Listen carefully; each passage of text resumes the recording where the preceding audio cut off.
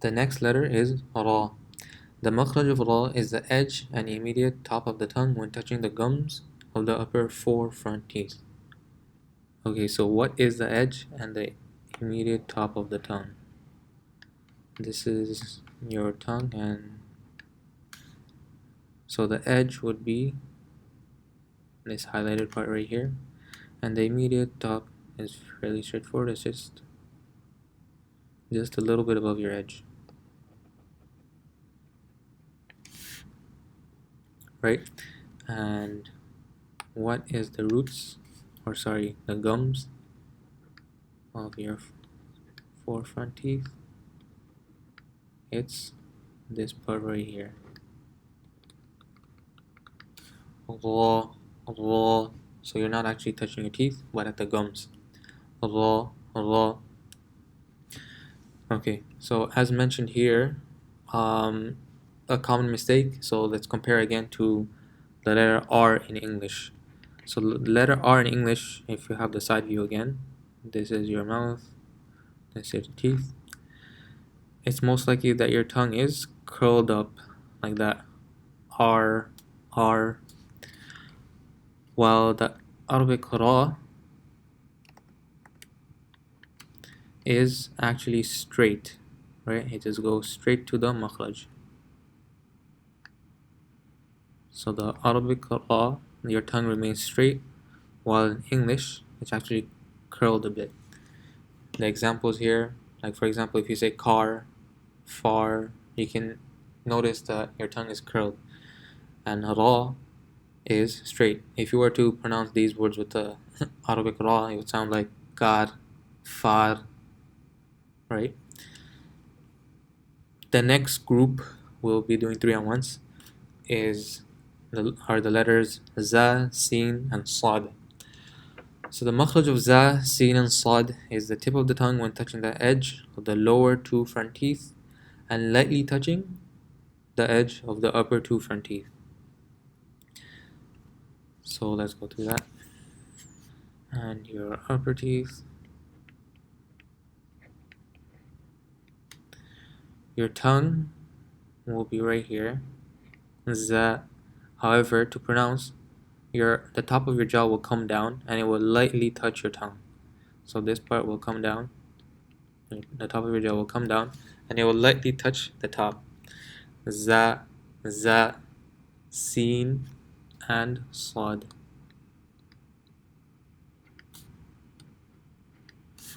Za, sin, and sad. However, the difference with sad is it's one of the letters which are full mouth. So I don't believe I mentioned this earlier, but out of the 29 letters, 7 will always be full mouth, and sad is one of them.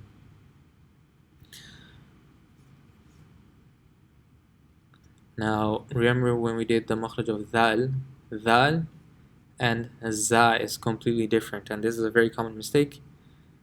Remember that for dal, you have to stick your tongue out more, and it's the edge of the upper two front teeth, while here, for this, your tongue is at the bottom of your mouth, while the top part of your top row of teeth come down and lightly touch it. So it's completely different. Let's go through these. Za, zu, zi. Then we have sa, su, si. And now this is full mouth. Just a reminder how to pronounce a letter full mouth is you have to pronounce the letter from its makhraj while at the same time raising your tongue. So this would sound like sa, su, si. Again, sa, su, si. Okay, next we have ya and sheen. The makhraj of ya and sheen is the center of the tongue when touching the palate. If you remember, this is also the same makhraj as, or similar makhraj as jim. So again, the center of the tongue is right here when touching the top part, your top palate. Ya, you, yi, sha, shu, she. Okay, next we have dad.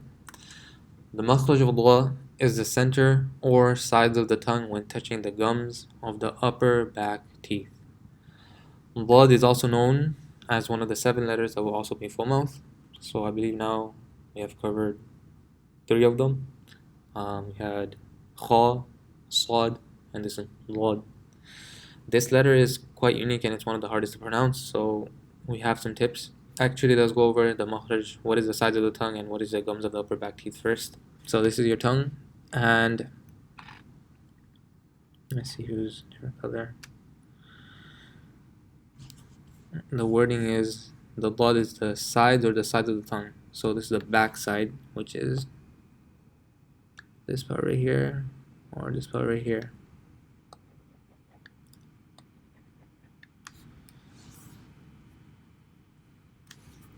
So there are 2 ways to pronounce it. First, make your tongue straight, then move it back into your mouth. Now roll out the back of your tongue, whichever side you choose, and touch the gums of the back teeth. So this is the part, you can choose whether to use the left side or the right side or both sides at once. Generally, they say that it's easier for the to pronounce it from the left side. If you look at it straight on, the tongue would look kind of like this. Like if you're looking at it from this view, this is the side, this is the right side of your tongue, this is the left side. It would curl up, or if you just use one side, it would look like that or that. That's what it means by when you go up to the sides and you curl it up. And the back gums is obviously, so you have your molars here, right? And the gums, if this is your teeth, remember the gums is this part right here. So you would curl this side up, whichever side, if you choose the left side, the right side, or both, you'd curl it up and then you'd touch it against the roots of your molars right here. Roll up the back of your tongue, whichever side you choose, and touch the gums of the back teeth. Then the rest of your tongue will rise up in order to make it full mouth. Remember, to pronounce the letter full mouth, you have to rise your tongue as well. So if you had the side view of your tongue, it would rise up like that. Now, this letter is very hard to pronounce. It will take some practice because initially you might get a wow sound. It's hard to get a sound out of just using the sides of your tongue. But the important thing to remember is while you're practicing, do not use the tip of your tongue. Because if you use the tip, then it just becomes a dal, right? This part will come very close to the roof of your mouth because you're pronouncing, again, see right here, you're pronouncing it full mouth, so this part will come close. However, make sure that you do not use the tip of your tongue because then it just becomes a dal that's full mouth. It's not dod, right? It's wo, wod, wo. You are not allowed to use the tip of your tongue at all. If you use the top, it just becomes a dal that is full mouth. So let's go through this. Wo, lu, we,